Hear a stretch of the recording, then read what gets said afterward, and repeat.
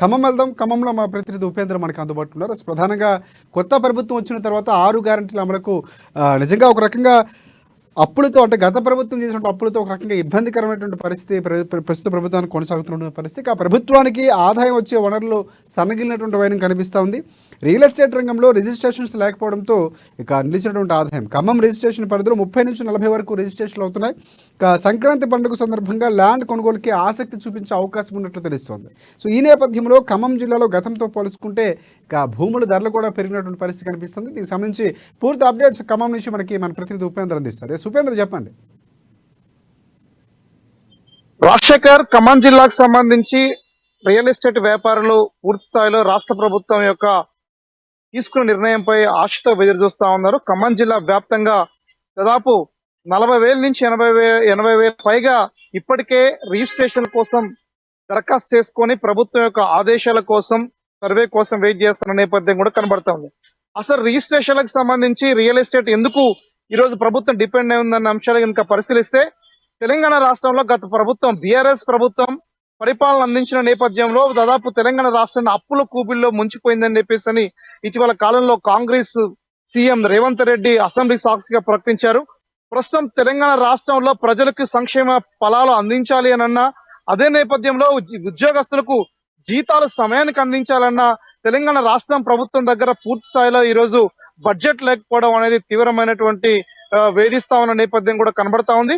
అంటే బడ్జెట్ లేని కొరత అనేది తెలంగాణ రాష్ట్ర ప్రభుత్వాన్ని, పాలక వర్గాన్ని ప్రధానంగా వేధిస్తున్న నేపథ్యంలో ప్రస్తుతం తెలంగాణ ప్రధానమైన అలరుగా ఉన్నటువంటి మద్యం అమ్మకాలతో పాటు మరోవైపు ఉన్నటువంటి ప్రస్తుతం ఉన్నటువంటి రియల్ ఎస్టేట్ వ్యాపార రంగం కూడా ఈ రెండు రంగాల మీద పూర్తిస్థాయి దృష్టి సారించేందుకోసం కూడా ప్రభుత్వం ప్రణాళిక రూపొందించింది. ప్రస్తుతం ఆ మద్యం అమ్మకాలకు సంబంధించినటువంటి దాంట్లో ఆశలు సన్నగిలిన నేపథ్యంలో మరోవైపు రియల్ ఎస్టేట్ రెవెన్యూ రంగంలో వస్తున్నటువంటి లాభాలు ఏమైనా ఉన్నాయని చెప్పేసి కోణంలో కూడా రాష్ట్ర వ్యాప్తంగా ఉన్నటువంటి ప్రత్యేకమైన పరిస్థితుల్ని కూడా తెలంగాణ రాష్ట్ర ప్రభుత్వం ప్రధానంగా రెవెన్యూ మంత్రిగా ఉన్నటువంటి పొంగులేటి శ్రీనివాసరెడ్డి ఆ రకంగా ఆరాధిస్తున్నట్టుగా సమాచారం లభ్యమైంది.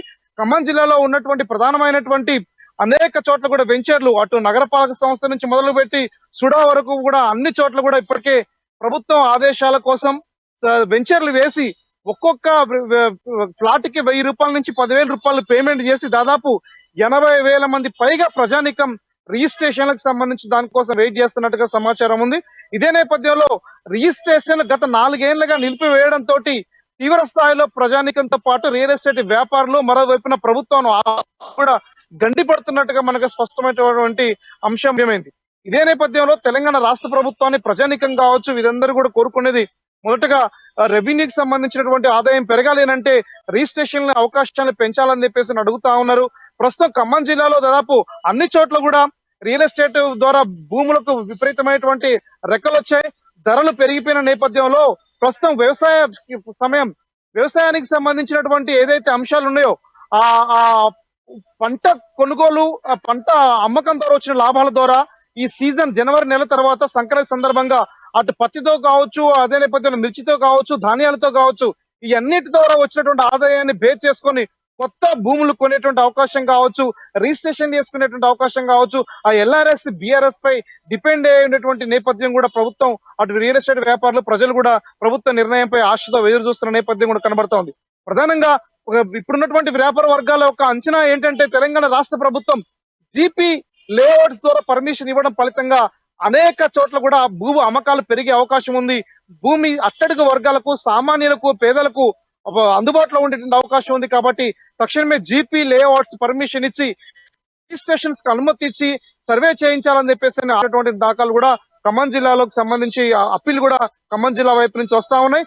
ఈ మధ్య కాలంలో ఖమ్మంలో ఉన్నటువంటి రియల్ ఎస్టేట్ వ్యాపార రంగం కూడా హైదరాబాద్ లో ఉన్నటువంటి పొంగులేటి శ్రీనివాసరెడ్డి రెవెన్యూ మంత్రిని కలిసి తమ సమస్యల్ని, తమ బాధల్ని గోడలే పోసుకున్నట్టుగా సమాచారం స్పష్టంగా లభ్యమైంది. ఏదేమైనా ఖమ్మం జిల్లాకు సంబంధించి తెలంగాణ రాష్ట్ర ప్రభుత్వానికి ఆదాయం పెరగాలన్నా రాష్ట్రంలో ఉన్న ప్రభుత్వం వీటిపై రాష్ట్రంలో ఉన్నటువంటి మొత్తం రెవెన్యూ భూముల యొక్క రిజిస్ట్రేషన్స్ రియల్ ఎస్టేట్ రంగంపై కొంత దృష్టి పడితే దీనిపై డిపెండ్ అయినటువంటి అటు నిరుద్యోగులు కావచ్చు, వ్యాపారస్తులు కావచ్చు, అదే నేపథ్యంలో అనేక మంది ఉపాధి కల్పిస్తున్నటువంటి రియల్ ఎస్టేట్ వ్యాపారం రిజిస్ట్రేషన్ సౌకర్యం కలిగితే రానున్న రోజుల్లో కొంత ప్రభుత్వానికి ఆదాయం పెరిగేటువంటి అవకాశం ఉందనేటువంటిది కూడా ప్రజల వైపు నుంచి విజ్ఞప్తి మరింత పెరుగుతా ఉంది. రాజశేఖర్. ఎస్ ఒకటి అంటే ఈ విజ్ఞప్తులన్నీ కూడా తీసుకొని ప్రభుత్వం చర్యలు తీసుకునే అవకాశాలు కనిపిస్తున్నాయి. అలాగే ఇంకోటి ధరణి గత ప్రభుత్వం ప్రవేశపెట్టిన ధరణి ప్రభావం ఎంతవరకు ఉండే అవకాశం కనిపిస్తుంది రియల్ ఎస్టేట్కి సంబంధించి కానీ భూముల రిజిస్ట్రేషన్కి సంబంధించి? రాజశేఖర్, ప్రస్తుతం రాష్ట్ర ప్రభుత్వం కీలకమైనటువంటి గత ఎన్నికల్లో హామీ ఇచ్చింది.